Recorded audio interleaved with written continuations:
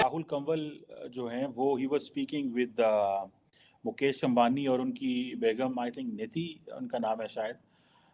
And उनसे पूछा गया कि आप कैसे देख रहे हैं आज के दिन को, तो मुकेश अंबानी ने कहा this is new age of India.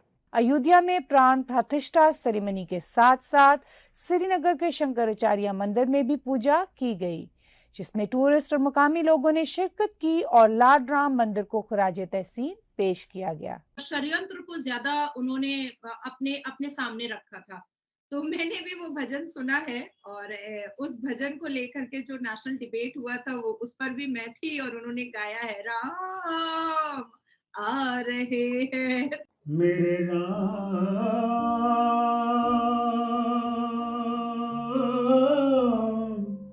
मेरे राम, मेरे राम, मेरे राम, मेरे राम। सचिन तेंदुलकर भी वहाँ पे थे, वहाँ पे मोदी साहब की पार्टी के लोग भी थे, वहाँ पे बॉलीवुड के लोग भी थे। और वो मैंने देखा कि जब उसके बाद क्या नाम है इनका, अमिताभ बच्चन साहब भी वहाँ पे थे। दहशतगर्द झूठ बोल रहा है, हम झूठ का जाकर ये देखो हमारे क्या झूठ साथ है। ये हमारे भाई ये कितना साल होगा, 8 साल नहीं, इसका 3 बच्चा है उधर पड़ा है। एक मुसलमान बेटी होने के नाते, एक मुसलमान होने के नाते, एक सुन्नत रसूल के मानने वाले खानदान से आने के नाते मैं ऐसे ऐसे मुसलमानों पर थूकती हूँ, ऐसे ऐसे मुसलमानों पर थूकती हूँ जो कत्ल और गारत को अपना इस्लाम कहता है। बॉलीवुड भी नरेंद्र मोदी की बर्थडे आती है तो सारे का सारा बॉलीवुड खड़ा हो जाता है। जनाब शाहरुख खान, सलमान खान, फलाना खान, ये वो सारे के सारे, ठीक है जी। कंगना रनौत भी वहां पे आई हुई है, अनुपम खेर, ये सारे के सारे लोग खड़े हो जाते हैं।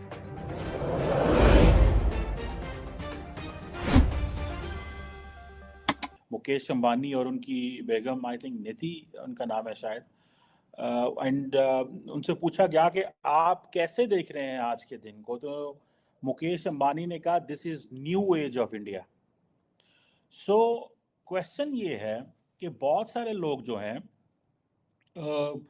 अच्छा एवरीवन, आप पूरी मीडिया को देखें तो आपको पता चलेगा तमाम सेगमेंट्स ऑफ द सोसाइटी वहाँ पे पहुँचे हुए हैं। वहाँ पे क्रिकेटर भी पहुँचे हुए हैं, सचिन तेंदुलकर भी वहाँ पे थे, वहाँ पे मोदी साहब की पार्टी के लोग भी थे, वहाँ पे बॉलीवुड के लोग भी थे। और वो मैंने देखा कि जब उसके बाद क्या नाम है इनका, अमिताभ बच्चन साहब भी वहाँ पे थे। सो प्राइम मिनिस्टर मोदी और उनकी पार्टी ने एक बहुत ज़्यादा कंट्रोल जो है वो एक उनका कंट्रोल है सिस्टम के ऊपर। नॉर्मली ऐसे होता नहीं है, लेकिन इंडिया के अंदर देयर इज ए कंट्रोल, उनका कंप्लीट कंट्रोल है। बॉलीवुड भी नरेंद्र मोदी की बर्थडे आती है तो सारे का सारा बॉलीवुड खड़ा हो जाता है। जनाब शाहरुख खान, सलमान खान, फलाना खान, ये वो सारे के सारे, ठीक है जी। कंगना रनौत भी वहाँ पे आई हुई है, अनुपम खेर, ये सारे के सारे लोग खड़े हो जाते हैं। सनी देओल, अक्षय कुमार, वो तो मोदी साहब के वैसे ही बड़े दोस्त हैं, उन्होंने पिछले इंटरव्यू भी किया था मोदी साहब का। ये नॉर्मली होता नहीं है, लेकिन दो थेरीज हैं इसके ऊपर। एक थेरी तो ये है कि prime minister Modi is so popular कि अगर आप उनकी साइड में हैं तो it means you are on a right side. और सेकंड ये है कि एक तबका जो है वो समझता है कि एक खौफ भी है। देयर आर टू थिंग्स, ठीक है। अगर आप इसको देखें तो दे आर सेइंग इट, ये दो चीजें हैं जो सामने आ रही हैं। और सारे का सारा बॉलीवुड आया वहाँ पे, ये आप सारे का सारा क्रिकेटर वहाँ पे आए हुए हैं। ये कैसे कर लिया इन्होंने? ये बड़े इंपॉर्टेंट क्वेश्चन है कि how come they can do it, ये कैसे मुमकिन होता है, ठीक है जी। अभी फॉर एग्जांपल देखें, प्राइम मिनिस्टर मोदी ने क्रिकेट के वर्ल्ड कप के ऊपर वो खास तौर पे बड़ी मीम्स भी बनी उन पे, but he had a complete control Ahmedabad में सारा कुछ हुआ। अब बीजेपी ने वर्ल्ड कप, नरेंद्र मोदी, फिर आपको याद होगा कि वो एंथनी अल्बानी जो ऑस्ट्रेलियन प्राइम मिनिस्टर, वो आए थे और उनका एक मैच भी हुआ था।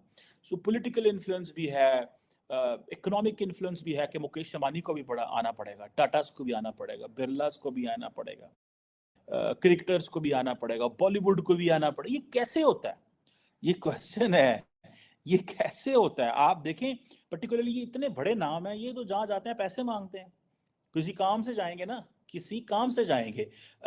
मैं देख रहा हूँ इस पिक्चर में, अगर आप देखें तो वो कैटरीना कैफ हैं, उनके हस्बैंड हैं, ये और भी जितने बॉलीवुड स्टार्स हैं, बहुत बड़े बड़े नाम हैं ये, मतलब ये इन इटसेल्फ इन्होंने बड़ा नाम कमाया है। और इट मींस एवरीबॉडी षड्यंत्र को ज्यादा उन्होंने अपने अपने सामने रखा था।